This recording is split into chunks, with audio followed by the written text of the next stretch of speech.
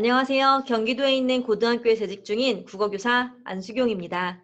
원격 수업의 경험을 바탕으로 코로나 이후에 수업에 대해서 이야기하는 자리가 있다고 해서 영상을 만들어 보았습니다. 제가 수업에 대해서 많이 아는 것도 아니고 완벽한 수업을 하는 것도 절대 아니지만 어쩌면 원격 수업을 준비하면서 했던 고민들이 이후의 수업에도 쓰일 수 있지 않을까 이렇게 생각해서 그런 지점을 고려해서 영상을 만들었습니다. 원격 수업을 준비해야 해서 막막할 때 저에게 신락 같은 희망이 됐던 건 수업의 전제였습니다. 이름을 가나다로 붙여보았는데요. 같은 배움입니다. 사실은 원격 수업을 하면서 엄청나게 다른 수업을 만들어야 하는 것 같아서 막막했습니다. 그런데 한참 고민을 하다 보니까 사실 수업의 본질은 현장 수업과 원격 수업이 다르지 않겠더라고요. 어쨌든 수업 내용에서 학생들은 어떤 걸 배워가야 하니까요. 그래서 같은 배움이겠구나 이 생각을 하고 수업을 준비했습니다. 두 번째로는 나 중심입니다. 컴퓨터를 잘 다루시는 분도 너무 많고 정말 요즘에는 매체들이 엄청나게 많아요. 그런데 그런 것들을 보면서 자꾸 기죽다 보니까 제가 이도 저도 안 되겠더라고요. 그래서 저한테 맞는 방식, 제가 할 수 있는 매체로 시작해보자 이렇게 생각했습니다. 그래서 조금 할 수 있는 것들 시도해보다 보니까 자신감도 생기고 저에게 맞는 매체가 있다는 것도 알게 되었어요. 세 번째로 다 같이입니다. 수업을 하다가 막막할 때 가장 많이 도움을 받았던 건 동료입니다. 같은 학교에 있는 선생님들로부터도 많은 도움을 받았고 또 전국에 있는 얼굴을 한 번도 뵙지 못한 선생님들께도 정말 많은 도움을 받았어요. 그래서 수업을 준비할 때 이렇게 가나다를 생각하면 수업을 준비할 수 있겠구나. 그것은 현장 수업도 원격 수업도 그리고 포스트 코로나 시대의 수업도 마찬가지가 아닐까 이렇게 생각해 보았습니다. 이런 고민을 하면서 수업을 만들어 나가는데요. 수업을 뿅 하고 만든 것이 아니라 이런저런 고민 끝에 만들었다는 걸 보여드리고 싶었습니다. 일단 처음에는 너무 막막해서 기존에 인터넷에 있는 강의를 가지고 와서 학생들의 생활 습관만 잡아주는 것을 목표로 하려고 했는데요. 그러다 보니까 첫 번째 고민이 생겼어요. 학생의 반응을 유도하고 싶어졌습니다. 그러다 보니 강의 영상과 관련된 질문을 그러면 EBS 온라인 클래스 댓글에 다는 형식으로 하면 어떨까? 이렇게 생각을 했습니다. 그런데 학생이 반응을 하면 그것에 대해서 교사가 피드백을 해주어야 성장이 이루어지잖아요. 그래서 어떻게 피드백을 해줄 수 있지를 고민하다가 이번엔 구글 설문지라는 새로운 매체를 도전하게 되었습니다. 구글 설문지를 가지고 오면 학생들의 반응을 제가 모아서 볼 수도 있고 또 다음 수업에 반영할 수도 있어서 그런 양식을 가지고 오게 되었고요. 구글 설문지는 다양한 선생님들이 활용하시는 방법에 대한 유튜브 영상을 올려놓으신 걸 봤는데 저는 제 입장에서 장점과 단점을 구분해서 이따가 말씀드리도록 하겠습니다. 그리고 세 번째 고민은 이런 걸 하다 보니까 기존에 인터넷에 올라와 있는 영상들이 성취 기준을 달성하는 데 적합하지만은 않다는 게 고민이었어요. 그래서 성취 기준에 맞는 학생 중심의 활동이 들어있는 수업을 원하게 됐고 그러면 제가 그 활동을 넣은 영상을 만들어야겠다고 생각했습니다. 그러다 보니까 자연스럽게 영상을 올릴 수 있는 유튜브라는 매체를 활용하게 됐고 구글 설문지에 그 유튜브 주소를 넣어서 학생들이 활동도 하고 영상도 볼 수 있게 그렇게 수업을 구성하게 되었습니다. 자, 이때 활용한 매체에 대해서 조금 이야기를 해보려고 합니다. 첫 번째 제가 활용한 매체는 구글 설문지입니다. 구글 설문지의 장점은 영상, 이미지, 문항 등 다양한 콘텐츠를 넣을 수 있기 때문에 하나의 수업을 구성하는 자료들을 다 넣을 수 있어요. 학생들은 이 구글 설문지 링크 하나만으로 수업 시간에 해야 하는 활동들을 소화할 수 있어서 굉장히 편리했습니다. 또 이게 응답 여부가 제가 확인이 되고 또 제가 설정을 할 때 학생이 문항에 답변하지 않으면 넘어갈 수 없게 할 수 있어요. 그렇게 하면 학생들이 조금 더 참여를 할 수밖에 없는 구조가 되더라고요. 세 번째로 아까 앞서 보여드린 바와 같이 학생들의 활동 결과와 반응을 모아서 볼 수가 있었어요. 그러면 학생들이 어려워하는 지점이 뭔지, 학생들에게 추가로 필요한 도움이 뭔지 이런 것들을 파악해서 그 다음 차시 수업에 활용할 수 있었습니다. 단점은 직접적인 피드백을 주기 어렵다는 거였어요. 학생들한테 현장 수업에서 활동지를 받으면 제가 필요할 때 그 활동지에다가 이렇게 적어서 돌려줄 수가 있는데요. 구글 설문지는 학생들에게 그런 반응을 돌려줄 수가 없어요. 또 여기에 영상을 넣으려면 영상을 업로드 직접 하지 못하고 유튜브에 올린 다음에 유튜브 링크를 걸어야 해요. 그래서 조금 교사 입장에서는 번거롭게도 유튜버가 될 수밖에 없는 그런 한계가 있었습니다. 또 가장 아쉬웠던 점인데요. 현장 수업에서는 학생들 간의 상호작용을 통해서 뭔가를 구성해내는 걸 참 많이 쓰는데 구글 설문지는 학생 간의 상호작용이 불가능합니다. 하지만 꼭 필요한 강의식 수업이나 아니면 그 강의식을 기반으로 한 학생 개인의 활동을 유도할 때는 굉장히 좋은 매체였습니다. 제가 또 근데 이런 거에서 선생님이 직접적인 피드백을 줄 수 없고 학생도 질문을 할 수 없는 상황이 조금 안타까워서 다른 매체를 찾아보았는데요. 패들렛이라는 매체가 있습니다. 패들렛이라는 매체는 이렇게 커다란 벽면에 질문들이 이렇게 붙는 형태로 생겨나는데요. 질문을 남기면 댓글 형식으로 다른 사람들이 이렇게 대답을 달아줄 수가 있고요. 그 대답들은 이렇게 쭉 계속 이어질 수 있습니다. 그래서 이것들은 뒤에 이어지는 모든 활동에서 활용을 하기도 했고요. 혹은 수업 내용이나 수업 형식에 대한 기계적인 결함에 대한 불안감도 학생들은 있으니까요. 그런 것들을 해소해 줄 수 있는 창구로 많이 활용했습니다. 패들렛이라는 매체의 장점은 아무래도 소통이 되게 자유로워진다는 거예요. 앞서 보여드린 것처럼 학생이 질문을 하고 교사나 다른 학생들이 자유롭게 댓글을 달 수 있습니다. 이건 교실에서 쓰던 포스트잇 붙이는 활동이랑 되게 비슷하게 활용도 가능한데요. 현장 수업에서 학생들 개별의 의견을 다 이렇게 모아보려고 할 때 포스트잇을 나눠주고 거기에 써봐 이렇게 하잖아요. 그런 거랑 똑같은 형식을 구현할 수 있어요. 그래서 모둠 내에서의 활동도 모둠 간의 의견 교환 활동도 굉장히 활용하기에 좋았습니다. 또 질문과 답변이 이렇게 누적되고 있는데요.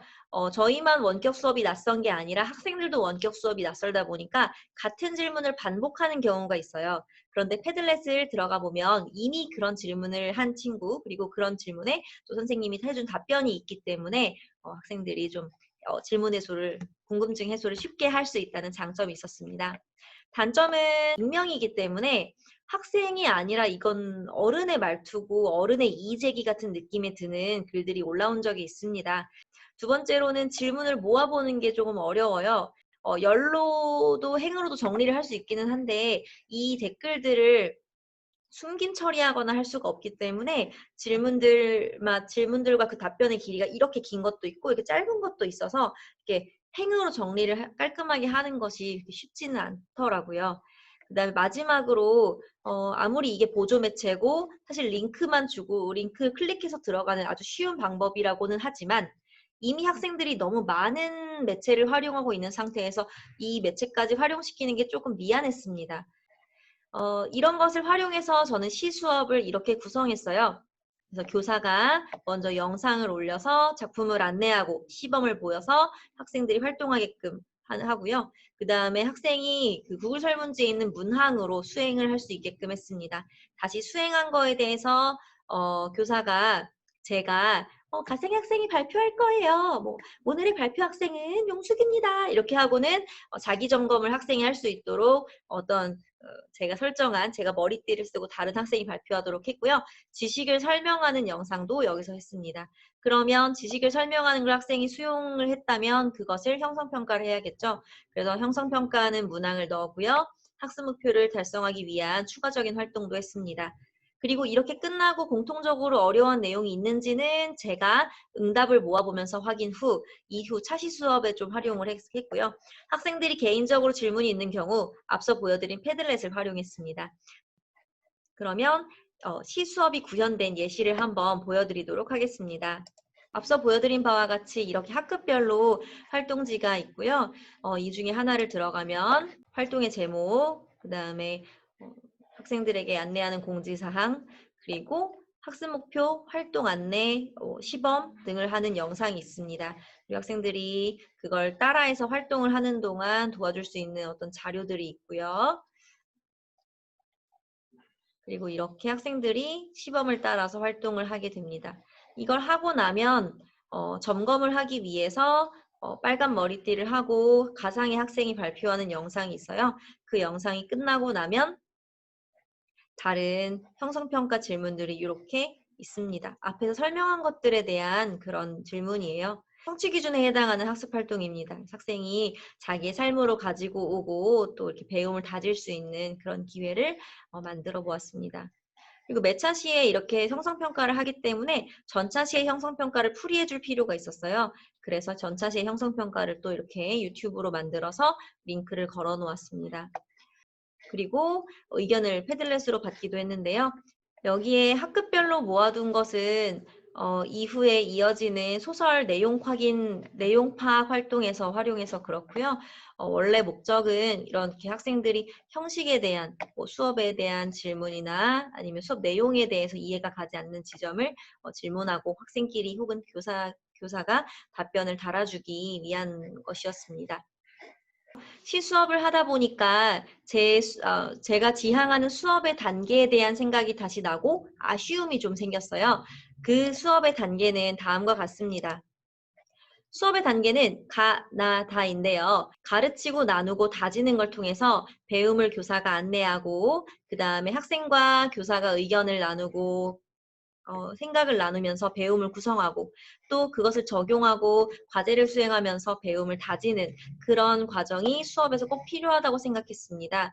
그런데 앞서서 활용하던 그런 구글 설문지는 가르치는 과정이 있고 다지는 과정은 있지만 나누는 과정이 없었어요. 그래서 이걸 어떻게 구현할 수 있는 방법이 없을까 고민을 하기 시작했습니다. 세 번째 고민까지는 아까 했던 고민이고요. 네 번째 고민이 이제 소설을 수업하기 위해서 본격적으로 시작한 고민입니다. 모둠 활동과 상호평가를 하고 싶었어요. 카카오톡 오픈 채팅방을 준비했습니다. 그리고 패들렛도 아까처럼 활용을 했고요. 그러다가 보니까 학생들이 이런 활동을 했는데 현장 수업이라면 활동하고 산출물을 교실에 둔다든가 학생들끼리 그걸 다시 공유한다든가 그걸 수행평가로 연계하거나 선생님이 그걸 기록해 주거나 이럴 수 있는데 그렇게 할 수 있는 매체가 없는 것 같았어요. 그래서 결과물을 완성시키고 그걸로 동기화시키고 또 평가에 반영하기 위해서 구글 문서라는 매체를 새로 도입했습니다. 이 매체도 설명을 드려보도록 하겠습니다. 카카오톡 오픈 채팅방인데요. 이것은 뭐냐면 저희가 소설을 처음에 읽고 내용 파악을 하는 과정에서 학생들이 개인적으로 질문을 만들고 질문들을 모둠안에서 공유하는 활동을 했어요. 그래서 학생들이 이렇게 질문을 하고 그거에 대해서 호응해주고 질문을 서로 또 하고 좋은 질문을 뽑아보고 이런 과정을 한 모둠들입니다. 이렇게 모둠별로 오픈 채팅방이 있기 때문에 교사가 갖게 되는 오픈 채팅방의 수가 굉장히 많아요. 그래서 오픈 채팅방으로 이렇게 모둠 활동을 하고 나면 카카오톡이 이런 상태가 됩니다. 일단 실시간 소통이 굉장히 잘 된다는 거예요. 학생들이 생각보다도 더 열심히 잘 하더라고요. 대면하지 않고 혹은 줌처럼 이렇게 영상을 사용하지 않고도 실시간 모둠 토의가 충분히 가능했습니다.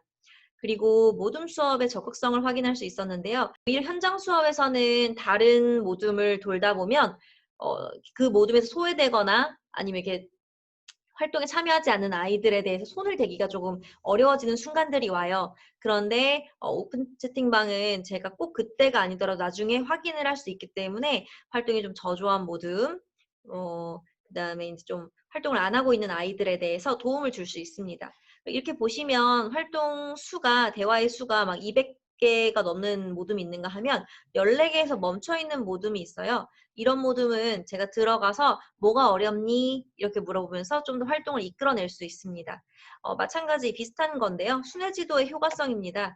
학급 전체 단톡방이 있습니다. 학급 전체 단톡방에다가 도움이 필요한 사람은 면모둠 단톡방으로 와달라고 선생님한테 요청하세요. 이렇게 하면 학생들이 도움을 요청합니다. 그러면 제가 해당하는 모둠의 오픈 채팅방에 들어가서 순회 지도를 할 수 있어요. 그래서 어떻게 보면 현장 수업에서 도는 것보다 더 아이들한테 신경을 많이 쓸 수 있는 장점이 있었고요. 나중에 활동이 다 끝난 다음에라도 모둠의 대화를 쭉 읽어보고 아 얘네들은 놓치고 있는 게 있구나 하면 뒤늦게라도 이렇게 피드백을 해줄 수 있는 장점이 있었습니다. 오픈 채팅방을 선택하게 된 사실 결정적인 이유인데요. 접근성이 매우 높습니다. 학생들이 이미 카톡을 많이 쓰고 있기 때문에 이 매체를 추가하는 거에 대해서 학생들이 좀 부담스러워하지 않았어요. 단점은 카톡이 양이 많다는 겁니다. 그래서 학생들이 가끔 수업 후나 주말에도 이제 의욕적으로 이렇게 회의를 하는 경우가 있는데요. 그런 경우에 선생님의 핸드폰도 쉬지 못한다는 한계가 있습니다. 또 문자로만 소통하고 이렇게 그 얼굴을 보거나 혹은 그 말에 실리는 억양 같은 걸 보지 못하기 때문에 의사소통에 좀 오해가 생길 수도 있고요. 그다음에 모두문 간의 친밀감이 형성되기가 어렵습니다. 문제가 하나 발생했는데요. 다른 오픈 채팅방에서 신고당한 적이 있는 학생은 그 오픈 채팅방에 못 들어가더라고요. 그래서 그런 친구들은 할 수 없이 교사가 개인 번호를 알려주고 그냥 단체 카톡방, 오픈 채팅방이 아니라 그냥 일반 카톡방에서 이야기하는 방식으로 모둠을 구성했습니다. 이것은 저희가 소설을 희곡으로 바꾸는 수업을 하면서 굉장히 유용하게 활용한 매체인데요. 구글 문서입니다. 이렇게 들어가 보면 모둠별로 작성한 희곡들이 있고요. 이 희곡을 하나 들어가 보면 이렇게 학생들이 작성한 글, 그리고 서로 주고받은 피드백이 있습니다. 이 매체의 장점은 일단 모둠별 산출물을 만들 수 있다는 건데요. 이렇게 거창한 희곡 재창작까지 아니어도 학생들의 의견을 모아보는 거라던가 이렇게 단순한 의견 모으기도 할 수 있을 것 같아요. 그리고 기록이 되기 때문에 이 기록을 활용해서 나중에 학생들 평가에 활용할 수도 있겠습니다. 참여도를 확인할 수 있습니다. 모임 승차자가 없도록 할 수 있고요. 어려워 있는 지점이 딱 눈에 보이면 그 어려워하는 부분에 해당하는 아이에게 직접적인 지도를 할 수가 있었어요. 그리고 사실 저는 이런 점이 제일 좋았는데요. 이렇게 하나의 문서를 요 파란 버튼을 눌러서 모둠원들에게 공유를 해놓으면 모둠원들이 이 글을 다 동시에 보게 됩니다. 그래서 모둠 내에 어떤 같이 하는 활동들을 동시에 뭐 작성을 한다던가 요 안에서도 토의를 한다던가 이런 것들이 가능했어요. 그런데 그뿐만 아니라 모둠 간에도 가능합니다. 이 공유의 권한에 그 등급이 있어요. 그래서 완전 수정할 수 있는 권한은 그 모든 원들에게만 주고 댓글을 달 수 있는 여기 오른쪽에 보이는 이 댓글을 달 수 있거나 혹은 이걸 볼 수 있는 열람만 할 수 있는 권한을 다른 모둠원들에게 주면 학생들이 서로 글을 보면서 피드백도 해주고 다른 학생들의 산출물에서 배우기도 하고 이렇게 좀 배움을 구성해 나가는 과정이 되게 두드러졌습니다. 저는 이게 너무 좋았어요. 그리고 교사가 학급에서 현장에서 이제 모둠 수업을 하면 그때그때 피드백을 해줘야 돼서 조금 더 정신이 없는 느낌이 있는데요. 이걸 통해서 하면 교사가 나중에 틈틈이 이제 수업 준비하다가 시간 남았을 때 이렇게 쭉 보면서 아 얘네들이 해설을 잘 이해를 못했네 이렇게 해서 댓글 형식으로 지도를 해주고 학생들이 나중에 활동할 때 그걸 볼 수 있게끔 하는 게 참 좋았습니다. 단점은 일단 공유를 하려면 학생들의 구글 아이디가 다 있어야 해요. 그래서 저희 학교는 학교에서 일괄적으로 학생들에게 아이디를 만들어주고 그 학습용 아이디를 사용해서 구글 설문지도 구글 문서도 참여하도록 했습니다. 또 선생님의 개인적인 애로사항인데요. 공유를 시키는 것이 굉장히 헷갈립니다. 공유를 누르고 이걸 봐야 하는 학생들의 이메일을 집어넣다 보면 조금 이렇게 막 헷갈리기 시작해요. 그리고 가장 큰 단점은 이건데요. 학생들이 구글 문서를 활용해 본 적이 거의 없어요. 그래서 굉장히 어려워합니다. 로그인을 해서 문서에 접근하는 과정까지를 굉장히 어려워하는 친구들이 있어요. 그런데 이 문제는 조금 해결할 수 있는 것이 모둠 안에서 친구들끼리 또 이제 야 어떻게 들어가? 그럼 내가 링크 줄게. 이렇게 하면서 또 해결을 하더라고요. 이렇게 해서 소설은 수업을 구성을 했는데요. 일단 매체 접근을 먼저 연습을 시키고요. 그리고 이론 수업으로 소설과 희곡에 대해서 수업을 듣게 했습니다. 개인적으로 이제 활동을 하게 되겠죠. 그 다음에 소설을 먼저 이해를 해야 희곡을 할 수 있기 때문에 소설 이해 활동을 2시간에 걸쳐서 했는데요. 개인 활동과 모둠 활동 그리고 모둠 간 활동으로 이렇게 세 단계로 점점 확장해 나갔습니다. 첫 번째 단계에서는 개인별로 소설을 읽고 질문을 3개 만들게 했어요. 이때 소설을 저희가 인수해서 나눠줄 수가 없었기 때문에 이 소설도 구글 문서에다가 올려두었습니다. 그럼 학생들이 그것을 찾아가서 읽을 수 있었어요. 그리고 이렇게 질문 3개를 만든 다음에 모둠안에서 질문을 나누고 좋은 질문을 선정하는 토의를 합니다. 모둠별 오픈 채팅방을 활용하도록 했습니다. 질문을 선정했다면 그 질문을 패들렛에 올립니다. 다른 모둠들도 마찬가지로 질문을 올렸겠죠. 그 질문들에 서로 답변을 달면서 모둠 간에도 질문을 나누고 의사소통을 하게끔 했습니다. 이렇게 하면서 학생들이 소설 내용을 잘 이해할 수 있었고요. 그 다음에 본격적으로 창작으로 넘어갔습니다. 창작의 과정도 4시간 동안 했지만 모둠에서 창작을 하다가 또 선생님이 조금 더 설명을 해주는 영상을 보여줬다가 다시 활동을 하다가 학생들이 부족한 점을 모아서 제가 영상을 또 보여줬다가 이렇게 왔다 갔다 하면서 창작을 계속 시켰는데요. 제가 현장 수업에서 할 때랑 되게 다르지 않구나라는 걸 느꼈습니다. 그리고 정말 이 부분에서 감동적인 게 있었는데요. 어떤 모둠 아이들은 서로 얼굴을 보고 토의하는 게 좋겠다 해서 자기들끼리 줌을 들어가서 모둠 토의를 하기도 하고요. 또 어떤 모둠은 저는 몰랐는데 구글 문서에 채팅할 수 있는 기능이 있대요. 채팅할 수 있는 기능을 활용해서 또 자기들이 의견 교환을 하기도 하고요. 또 카카오톡을 활용해서 보이스톡을 활용해서 토의를 하기도 했습니다. 이거는 제가 가르쳐주지 않았는데 학생들이 스스로 매체를 찾고 활동에 임하는 걸 보고 굉장히 감동적이었어요. 이렇게 해서 얼추 이제 희곡이 완성이 되고 나면 모둠 간에 상호평가를 해서 배움을 조금 더 탄탄히 다져보려고 했습니다. 구글 문서를 원래 모둠원들만 자기 구글 문서를 볼 수 있게 해놨는데요. 공유를 조금 더 넓혀줬어요. 그래서 서로 다른 모둠 거에 들어가서 피드백을 달아주는 시간을 가지고요. 그리고 다시 자기 모둠의 그 카톡방으로 돌아와서 다시 회의하면서 그 피드백을 반영해보는 그런 시간을 가졌습니다. 이때도 마찬가지로 모둠별 오픈 채팅방과 그 다음에 구글 문서를 활용했는데 매체 사용이 유사해서 여기는 넣어놓지 않았습니다. 최종 완성을 하고 나면 빠른 모둠은 자기 역할을 읽어보고 장면을 좀 더 구체화하라고 했고요. 늦은 모둠은 그 전에 했던 활동을 계속 이어서 하라고 했습니다. 완성 후에는 한 번 더 배움을 이렇게 다져줄 수렴 활동이 필요할 것 같아서 갈래론을 복습하는 영상을 보고 개인 활동을 형성평가를 해보도록 했습니다. 그러면 수업을 어떻게 진행했는지에 대해서 살짝 보여드리도록 할게요.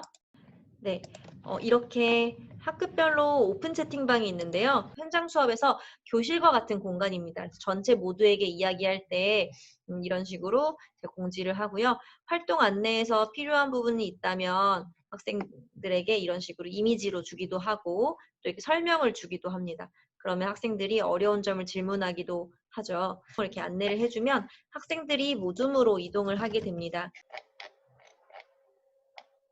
학생들이 서로 이렇게 토의를 하고 어려운 점은 질문도 하면서 이렇게 이야기를 진행하게 됩니다.